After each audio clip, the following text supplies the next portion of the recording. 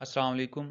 इस लेक्चर में हम बेसिक कंपैरिजन टेस्ट का प्रूफ देखेंगे और उसके बाद हम एक एग्जांपल सॉल्व करेंगे जिसमें हम ये देखेंगे कि बेसिक कंपैरिजन टेस्ट का यूज़ कैसे करते हैं एग्जांपल्स को सॉल्व करने के लिए। तो पहले इसकी स्टेटमेंट देख लेते हैं एंड देन इसका हम प्रूफ देखेंगे। तो स्टेटमेंट इसकी ये है कि let F and G be integrable functions on a closed interval A lambda for lambda greater than A. Obviously lambda जो है वो ग्रेटर देन ए ही होगा, चूंकि हमें पता है कि इंटरवल का सेकंड पॉइंट हमेशा फर्स्ट से जो है वो बड़ा ही होता है। सच दैट के एफ ऑफ एक्स जो है हमारे पास जो वो ज़ीरो से बड़ा है और जी ऑफ एक्स से छोटा है, यानी कि ये हमारे पास फंक्शन जो है वो नॉन नेगेटिव है और एफ ऑफ एक्स जो है हमारे पास वो जी ऑफ एक्स से छोटा है। और ये कंडीशन होल्ड कर रही है for all x greater than a के लिए। देन क्या होगा कि ये इम्प्रॉपर इंटीग्रल जो है जी ऑफ एक्स अगर कन्वर्ज करता है तो हमारे पास ये improper integral F of x भी कन्वर्ज करेगा। और अगर हमारे पास ये इंटीग्रल जो है एफ ऑफ एक्स ये डाइवर्ज करता है देन ये जी ऑफ एक्स भी डाइवर्ज करेगा। मैं रिपीट कर देता हूँ स्टेटमेंट कि अगर एफ और जी हमारे पास दो इंटीग्रेबल फंक्शंस हैं और ये दो फंक्शन जो इंटीग्रेबल हैं वो इस क्लोज्ड इंटरवल के ऊपर हैं और इन दोनों के दरमियान ये रिलेशन है, यानी कि एफ ऑफ एक्स हमारे पास जो है वो नॉन नेगेटिव है और जी ऑफ एक्स से छोटा है। देन अगर हमारे पास जी ऑफ एक्स कन्वर्ज करेगा, improper integral of G of X जो है वो अगर कन्वर्ज करता है तो ये इम प्रॉपर इंटीग्रल हमारे पास कन्वर्ज करेगा। इसी तरह अगर ये हमारे पास डाइवर्ज कर जाता है तो ये भी डाइवर्ज करेगा। तो इसका प्रूफ देखते हैं। प्रूफ हमने जो है वो गिवन जो उसने स्टेटमेंट में दिया हुआ है वहाँ से शुरू करना है, क्योंकि उसने हमें ये इन्फॉर्मेशन दी हुई है दोनों के बारे में। तो इसका मतलब है कि f of x is lesser than और equals to g of x, और ये कंडीशन होल्ड कर रही है for all x belongs to a lambda. तो अगर मैं दोनों तरफ इम्प्रॉपर इंटीग्रल अप्लाई कर दूँ तो ये इस फॉर्म में आ जाएगा।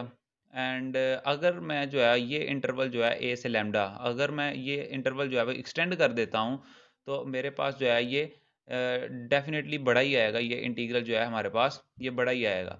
अब मैंने प्रूव ये करना है कि अगर हमारे पास ये चीज़ जो है ये बड़ी है अगर, तो क्या होगा कि ये हमारे पास जो इम्प्रॉपर इंटीग्रल, यानी कि अगर ये इम्प्रॉपर इंटीग्रल कन्वर्ज करता है हमारे पास तो हमने प्रूव ये करना है कि हमारे पास ये भी जो है वो कन्वर्ज कर रहा है। अब देखें कि हमने ले लिया कि इफ़ ए से infinity g of x is convergent then it must be bounded, क्योंकि हमने ये लेके प्रूव करना है कि हमारे पास ये इम्प्रॉपर इंटीग्रल जो है वो कन्वर्ज कर रहा है, तो हमने ये ले लिया कि ये कन्वर्जेंट है।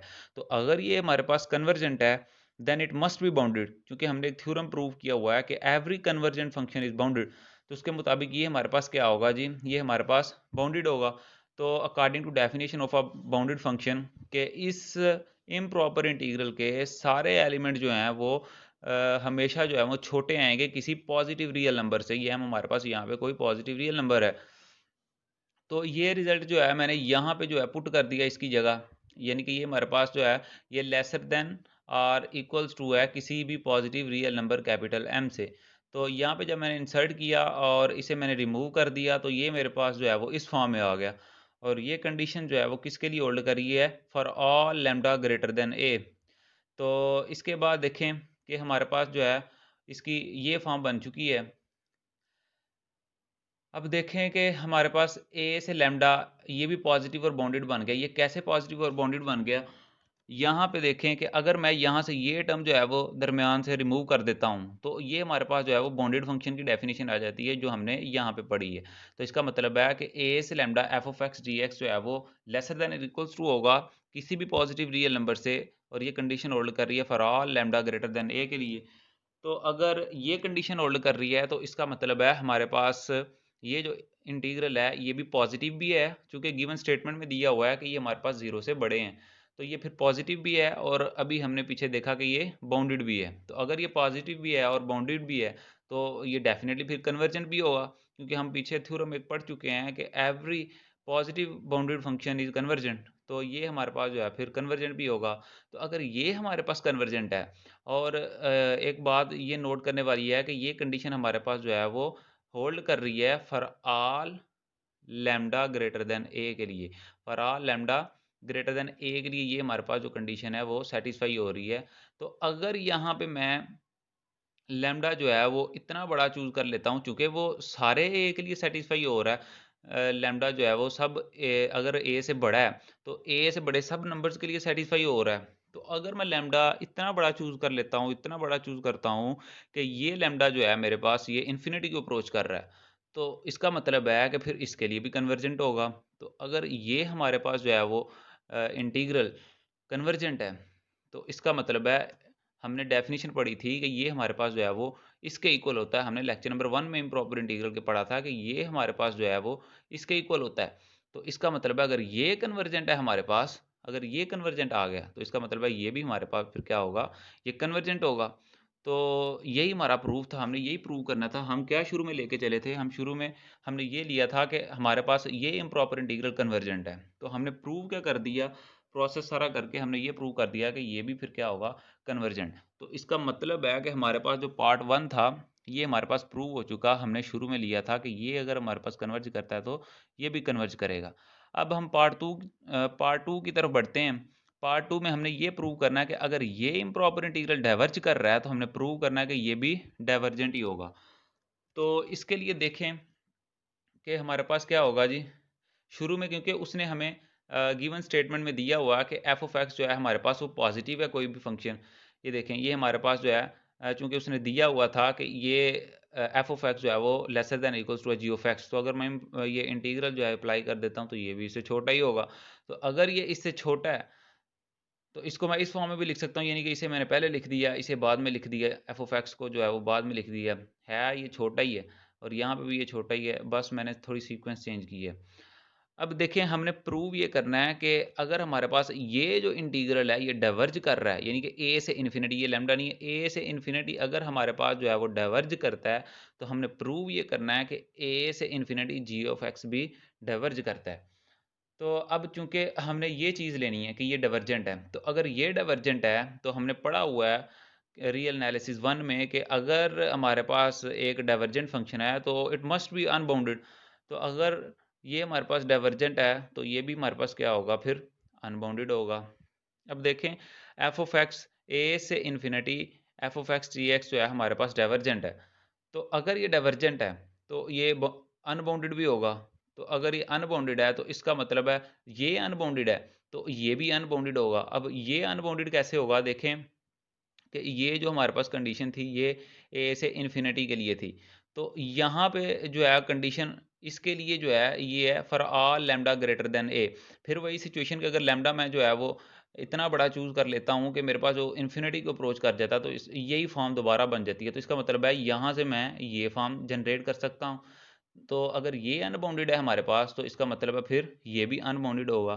तो अब देखें अगर ये हमारे पास अनबाउंडेड आ गया, अगर ये अनबाउंडेड है तो इसका मतलब है यहाँ पे हमारे पास जो है वो छोटा जो इंटीग्रल है, इम्प्रॉपर नहीं सॉरी, ये जो छोटा इंटीग्रल है ये अगर हमारे पास जो है वो अनबाउंडेड है तो बड़ा तो डेफिनेटली अनबाउंडेड ही होगा।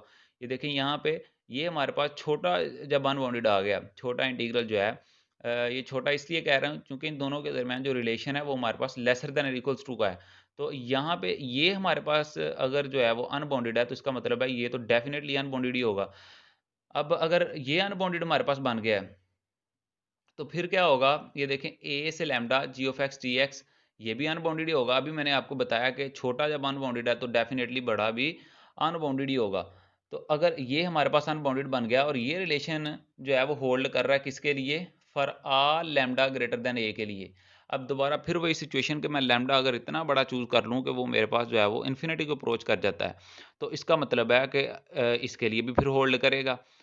तो ये भी अनबाउंडेड है, फिर जी ऑफ एक्स डी एक्स जो है ये भी हमारे पास क्या होगा, अनबाउंडेड होगा। अब देखें अगर ये हमारे पास अनबाउंडेड आ गया तो हमने जो है वो इम्प्रॉपर इंटीग्रल्स के लेक्चर नंबर 1 में देखा था कि ये हमारे पास जो है वो इक्वल होता है ए से infinity g of x d x. तो अगर ये हमारे पास जो है वो इसके इक्वल आ गया और हमने अभी पीछे ये प्रूव किया कि ये हमारे पास क्या आ गया, अनबाउंडेड है, तो ये चूंकि इसका इक्वल है तो इसका मतलब है ये भी हमारे पास क्या हुआ, फिर अनबाउंडेड आ गया।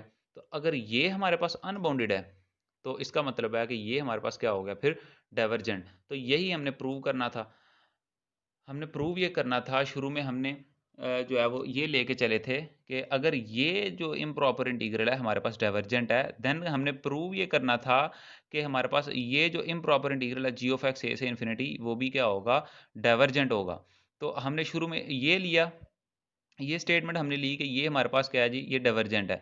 और प्रूव हमने क्या कर दिया, हमने प्रूव कर दिया कि इस एग्जांपल में देखें कि वो कह रहा है कि आपने चेक करें कि ये जो इम्प्रॉपर इंटीग्रल है हमारे पास, ये कन्वर्ज कर रहा है या डाइवर्ज कर रहा है। तो इसमें हम जो है वो बेसिक कंपैरिजन टेस्ट का यूज़ करेंगे।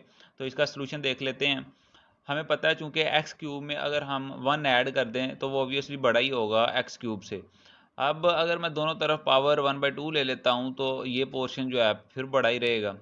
अब इसके बाद इसको अगर मैं इन दोनों का जो है वो रेसिप्रोकल लेता हूँ तो हमें पता है कि हमने कैलकुलस में पढ़ा कि अगर हम जो है वो इनइक्वालिटी में किसी भी टर्म का रेसिप्रोकल लेते हैं तो इनइक्वालिटी जो है वो रिवर्स हो जाती है।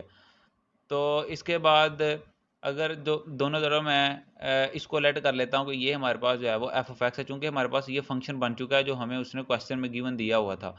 अब अगर इसको मैं लेट कर लूँ कि ये हमारे पास एफ ऑफ एक्स है और ये हमारे पास जो है वो जी ऑफ एक्स है, और दोनों के दरमियान वही रिलेशन है जो हमने थ्योरम को प्रूव करने के लिए पढ़ा था। तो अब चूंकि इसकी इंटीग्रेशन आसान है तो अगर मैं इसको इंटीग्रेट करके ये प्रूव कर दूं कि ये कन्वर्ज कर रहा है तो हमारे पास वो प्रूव हो जाएगा जो हमने चेक करना था कि ये कन्वर्ज कर रहा है या डाइवर्ज कर रहा है। तो अब जो है मैंने ये चूज़ कर लिया, integration from 1 to infinity g of x t s is equals to this one. अब जब इसकी इंटीग्रेशन जो है की ये तो आंसर 2 आएगा, आप खुद कर लीजिएगा। इसकी इंटीग्रेशन बिल्कुल आसान है, ऊपर डेरिवेटिव पड़ा है इसका और इसकी पावर आप नेगेटिव कर लें और साथ डेरिवेटिव पड़ा होगा तो पावर ऐड हो जाएगी और नीचे भी और उसका जो है वो डेरिवेटिव आएगा। तो ये आप आसानी से कर लेंगे, तो ये आंसर आ जाएगा इसका 2। तो जब इसका आंसर 2 है तो 2 एक फाइनाइट नंबर है, तो इसका मतलब है ये हमारे पास जो है वो ये इम्प्रॉपर इंटीग्रल जो था ये कन्वर्जेंट है। तो अगर ये इम्प्रॉपर इंटीग्रल हमारे पास कन्वर्जेंट है तो बाय बेसिक कंपैरिजन टेस्ट अगर हमारे पास ये जो है वो बड़ा फंक्शन कन्वर्ज कर रहा है तो छोटा भी कन्वर्ज करेगा। तो इसका मतलब है हमारे पास जो एफ ऑफ एक्स है वो क्या करेगा, वो कन्वर्ज करेगा। तो हमने जो है वो चेक कर लिया, जो वो कह रहा था कि आपने चेक करना कि ये जो इम्प्रॉपर इंटीग्रल है हमारे पास ये कन्वर्ज करता है या डाइवर्ज करता है। तो ये हमारे पास जो है वो कन्वर्जेंट है according to basic comparison test.